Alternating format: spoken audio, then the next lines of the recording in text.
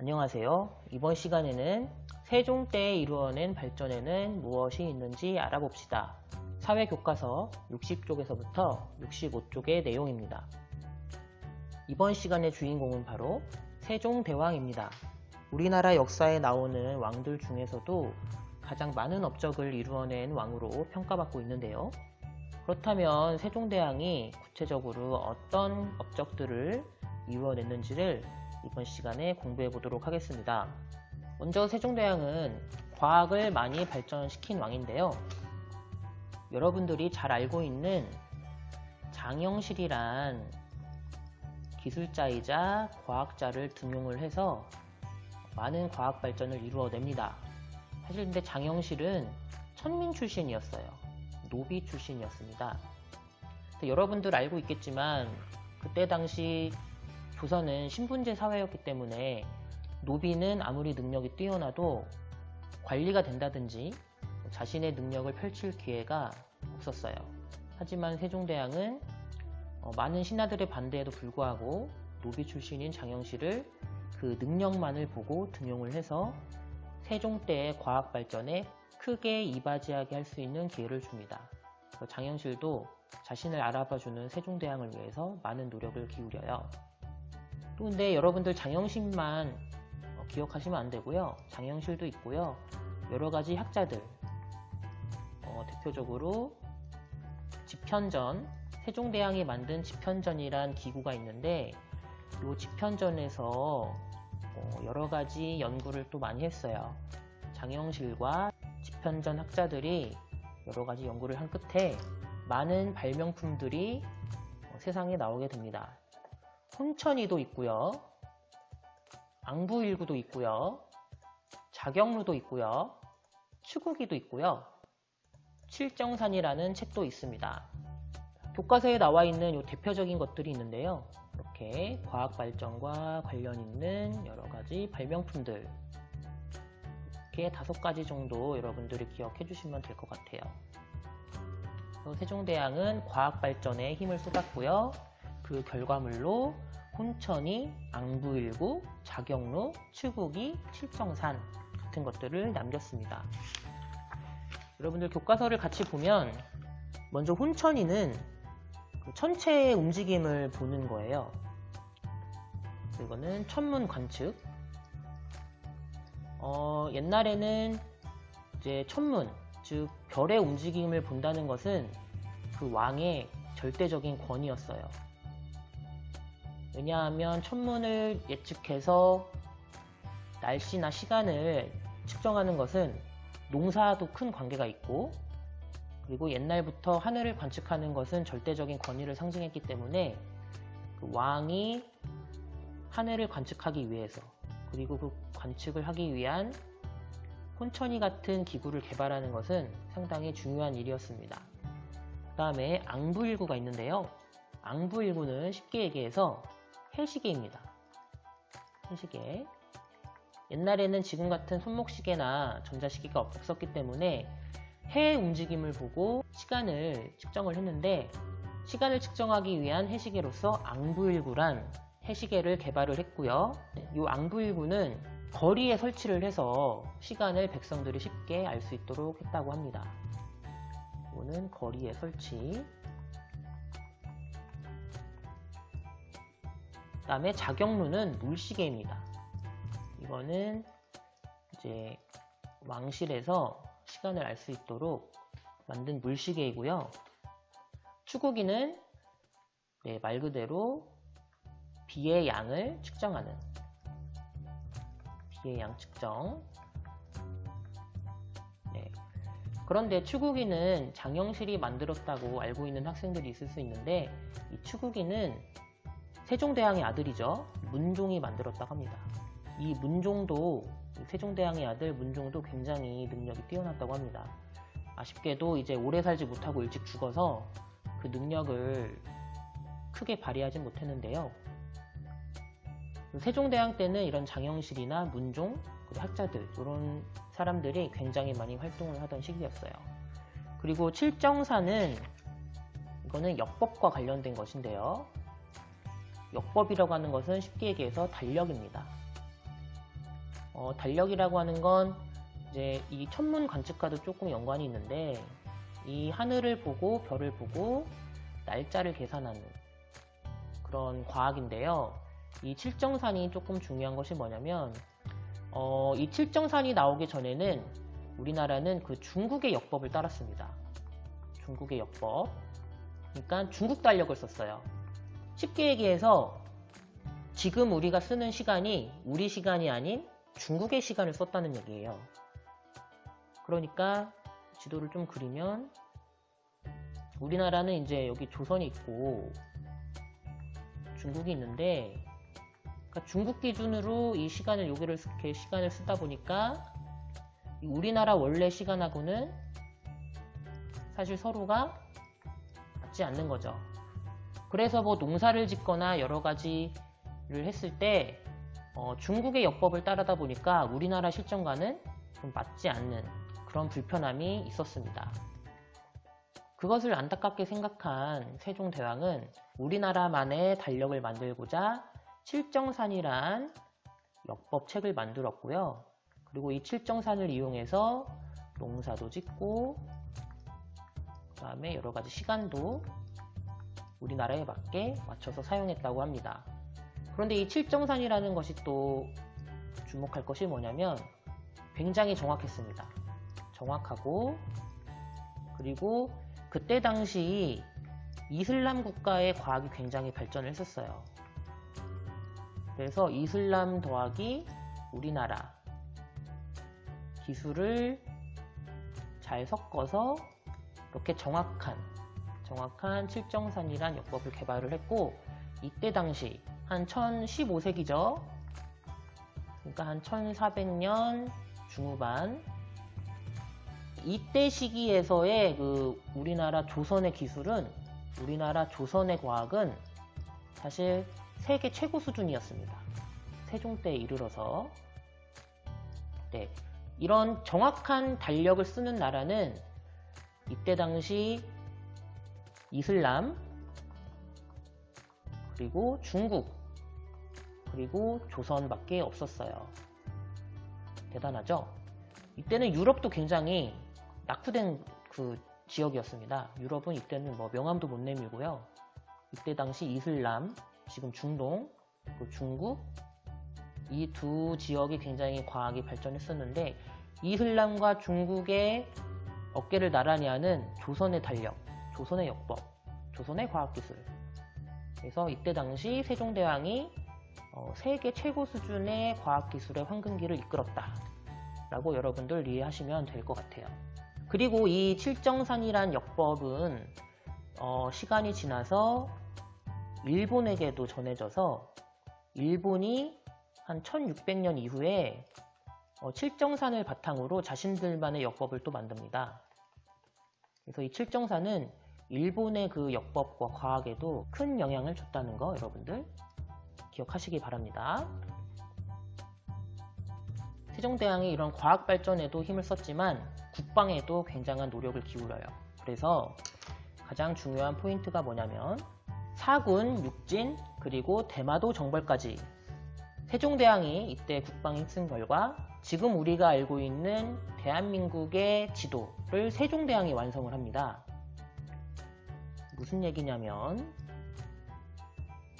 자, 사실 지도를 그려보면 그림을 잘 못 그려서 좀 그런데요. 그리고 울릉도, 독도. 사실 고려 때는 지금의 국경이 아니라 여기가 압록강이 흘러요. 압록강 이렇게 흐르고 여기 두만강이 있습니다. 고려 때는 여기까지밖에 우리가 국경이 없었어요. 최대의 국경이. 그죠? 그런데 이제 세종 때 와서 이제 조선이 됐어도 사실 조선 초기에는 이렇게까지밖에 땅이 없었어요. 여기 이렇게.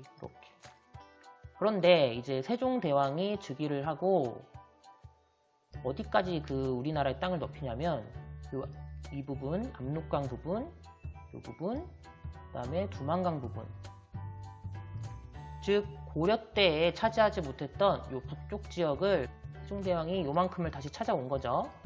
그래서 여기가 사군이고요. 여기가 육진이에요. 그래서 사군 육진을 정복을 해서 지금의 우리나라의 국경선을 확립을 했다. 대단한 거 아닙니까, 여러분? 그렇죠? 그래서 지금 이 땅 전체가 다 조선이 되었어요. 네. 공부만 잘하는 줄 알았더니 세종대왕 이런 국방에도 힘을 쓰셨습니다.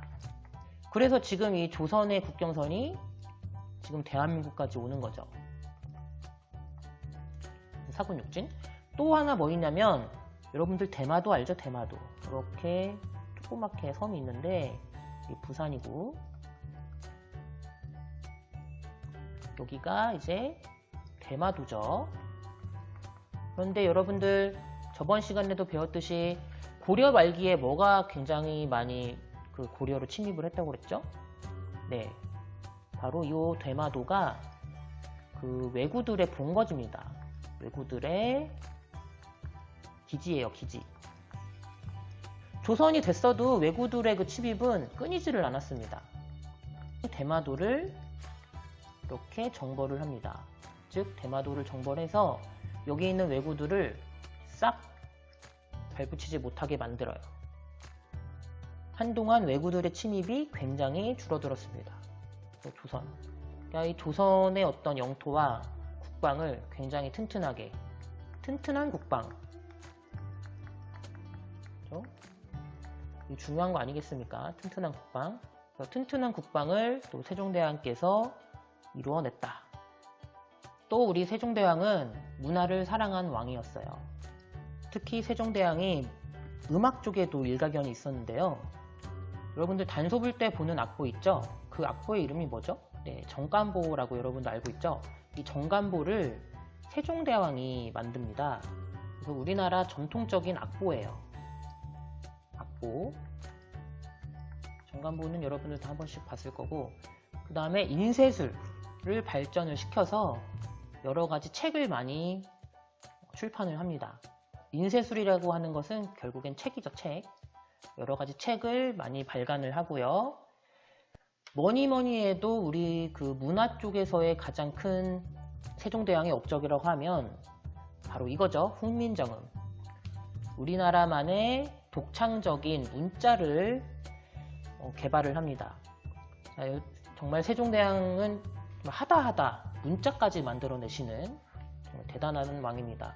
이 훈민정음은 여러분들 알다시피 지구상에서 그 만든 사람과 만든 날짜와 그리고 만든 이유 그리고 창제 원리까지 모든 것이 확실한 유일한 언어입니다. 뿐만 아니라 과학적으로도 굉장히 뛰어나고 언어학적으로도 굉장히 뛰어난 정말 우리 세종대왕 또 조선을 넘어서 전 지구적인 업적이 아닌가 싶어요. 선생님 개인적인 생각으로는. 여러분도 그렇게 생각하나요?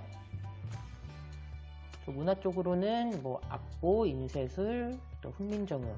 요거는 뭐 말할 것도 없죠. 그냥 따봉. 그림이 참 그러네요. 정말 따봉. 요 한마디밖에 할 말이 없다. 따봉. 그래서 이 칠정산하고 훈민정음은 또 어떻게 연결이 되냐면 우리나라의 자주성입니다. 자주성. 사실 칠정산 아까에도 얘기했지만 이제 중국 거를 따르다가 우리나라 거를 썼고 훈민정음도 한자를 쓰다가 우리나라 거를 쓰는 거 아니겠습니까? 그리고 사실 이 칠정산하고 훈민정음은 이 사대부들 중국의 어떤 성리학을 공부했던 사대부들 관리들한테 굉장한 반대에 부딪혀요. 여러분들 알고 있죠? 그렇지만 이 세종대왕은 그게 무슨 소리냐? 우리나라는 우리나라만의 법칙이 있다. 우리나라만의 문화가 있다. 라는 생각으로 칠정산과 훈민정음을 결국엔 만들어내고 우리나라의 자주성을 아주 쑥쑥 높이는데 노력을 했다. 그리고 이 훈민정음은 또 인쇄술과도 또 연관이 있어서 훈민정음이 이제 배포가 되고 난 이후에 일반 백성들이 여러 가지 이제 글이라든지 책을 많이 읽을 수 있었고 심지어는 그 왕을 욕하는 방 있죠? 벽에다가 이렇게 막 사람들이 막 이렇게 있으면 방을 이렇게 딱 붙이지 않습니까? 이것도 이제 한글로 쓴 거예요. 훈민정음으로. 훈민정음으로. 그래서 이제 연산군, 뒤에 나오는 이제 연산군이란 왕은 그 사람들이 이제 연산군이 좀 정치를 못했거든요. 그래서 일반 백성들이 연산군을 욕하는 방을 막 전국에다 이 훈민정음으로 막 붙이니까 이 훈민정음 사용을 금지를 시켰다는 그런 또 이야기가 있습니다. 그럴 정도로 이제 백성들에게 또 이런 문화 혜택이 많이 갔고요. 자, 마지막으로 세종대왕은 민생 안정을 위해 굉장히 많은 노력을 합니다. 민생 안정이라고 하면 그때 당시 이제 백성들은 농사를 많이 지었기 때문에 농사가 잘 되게 하고 또 세금을 알맞게 걷고 이렇게 하면은 이제 민생 안정이 되는 거거든요. 그러기 위해서 세종대왕이 어떤 노력을 했냐면 농사직설이란 책을 만들어서 농민들에게 반포를 합니다. 이 농사직설이라고 하는 건 이제 농사법을 써놓은 책이에요. 농사법. 어떻게 하면 농사가 잘 된다. 이제 이게 조선식, 조선의 농사법. 그래서 우리나라에 맞는 그런 농사법을 이제 연구를 해서 백성들한테 나누어 줬고요. 실제로 세종대왕이 그 궁궐 안에서 농사를 지어봅니다. 이 농사직설을 가지고 실제로 잘 되나 직접 세종대왕이 또 시범을 한번 실험을 해요. 그래서 해보고요. 공법이란 세금 제도를 만들어서 백성들의 그 조세 부담을 덜어주기 위해서 노력을 합니다. 따라서 공법은 세금을 어떻게 하면은 백성들을 좀 편하게 해줄까. 그런데 이제 공법을 하려고 하니까 또 맨날 반대하잖아요. 그 신하들은 자기들의 기득권을 뺏길까봐 반대를 하는데, 그러면 세종대왕이 또 뭐를 하냐면 우리나라 최초의 그 설문조사를 합니다.